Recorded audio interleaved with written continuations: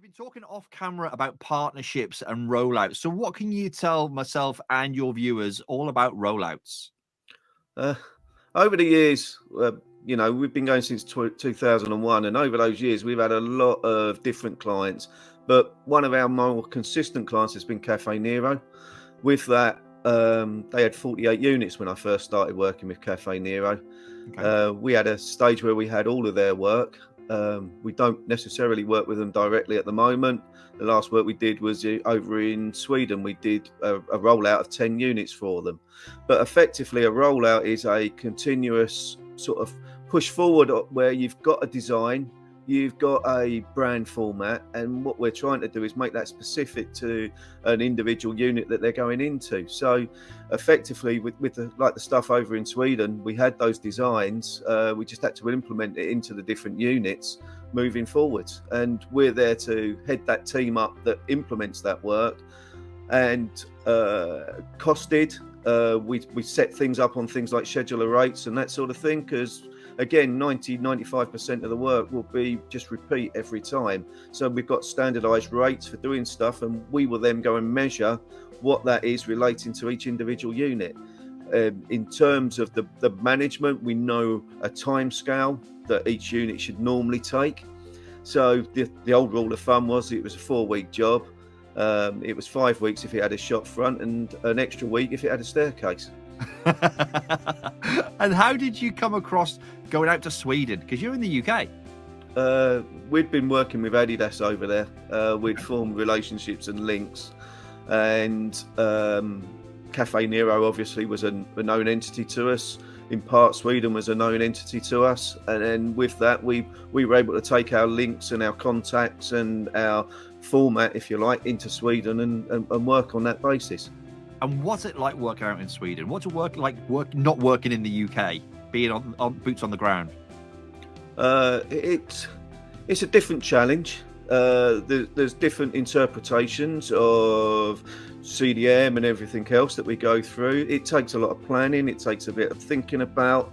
There's certainly an element of travel, but in a lot of ways, it's no different than what we've done in the UK. If we're working in Scotland or Wales or even the Midlands and the North, there's still that element of travel. It's still the same product at the end of the day. Yeah. The only issues we've really got to look at is how we get it signed off with the local building control, because there is different interpretations of that.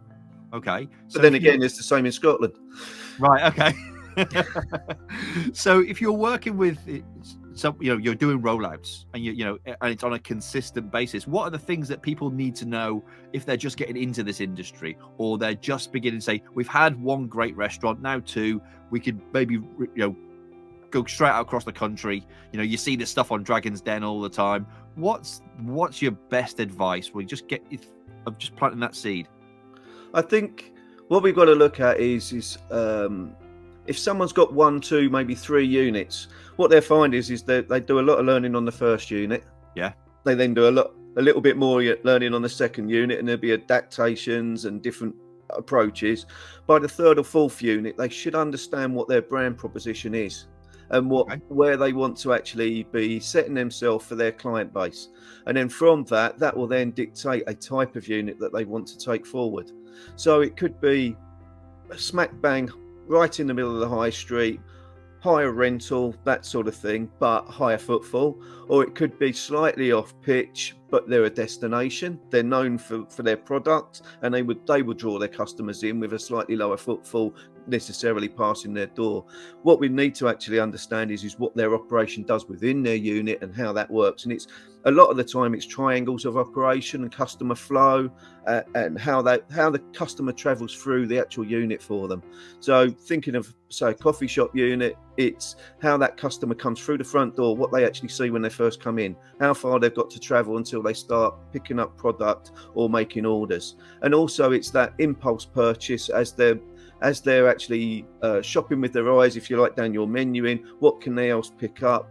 Can they actually see your product on display just to prove your provenance and everything else? And then how do you pay for it? And how does that queue round and then into their seating, and how they're actually sat for their ideally 20-30, if it's a coffee shop, 20-30 minutes of sitting there before they then free up that seat for someone else to take the same journey through. You have literally just blown my mind, because I thought Julian just does construction stuff.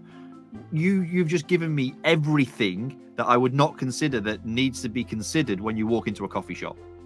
What I would say is I've got over 25 years of working in coffee shops.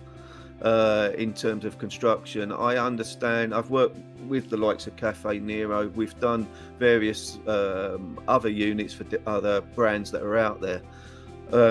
What we're looking at is understanding that we can actually, Cafe Nero at one stage we was almost building off of 3 plans each time. Once we actually knew that we were going into an old Curry's or something that was coming down, we would actually then be able to almost set, that's where the bar is, that's where your back of house is, this is where your wash up needs to be, this attracts the customer walking from this angle. And working with designers, we can actually hone that skill set and that operational knowledge to actually getting the best product for our coffee shop client. Mate, that's an absolute honestly, I'm like, my mind's going. It's like all of that to consider, and maybe people don't. I certainly didn't realize that you would have that level of involvement, because you think, oh well, maybe they've got it all sorted already. And I think the fact that you coming in with that level of expertise and that level of knowledge over so many years is, and this great reason that you're making these interview series. We're working on a coffee shop on a regional town at the moment. Okay. Not Cafe Nero, different client, but we were able to actually implement that knowledge that we've acquired over those years to actually put those factors through. Yeah. We looked at a very much an in principle top end feasibility for someone recently in New Haven, and with that we were able to actually sort of talk through with the architect the actual operational flow using our hospitality experience to help them hone their design to make that unit more operationally efficient, shall we say, for that client. And with that, I think we can add that value into that design team. We can lead that design team, or we can be part of it. And it's also putting into place, if we're looking at rollouts, it's putting into place the back end of that we eliminate waste and getting you best value. So there's no point in retendering every job as we work across the country. Yeah. So we will put into place that schedule of rates, and we'll take that responsibility, and we will work those budgets through that. We pretty much by the sort of 20th, if you like, or somewhere by that point, we've definitely established it. We will pretty much be able to go and have a look at a unit for you and say it will cost X. Right. Utilising known cost centres of what you've done before, and that will include all your small wares and everything else almost that going into that unit. That's the benefit of us working on a rollout. So a really efficient model, really cost-effective model. Yeah. Fantastic. So if people want to learn more about how to learn more about this subject and the others that you've spoken about, what's the best way of getting in contact with you? Probably the best way of getting in contact with me first time is always email. Send me an email. I believe that's up on the bottom of the screen. It's Julian at jca-ltd.co.uk. If you send me an email, I'd be more than delighted to have a chat conversation with you, see if we can take things forward and help you. Julian, it's been an absolute pleasure. Thanks again for literally blowing my mind, and I would imagine all your viewers as well. Okay, thank you very much.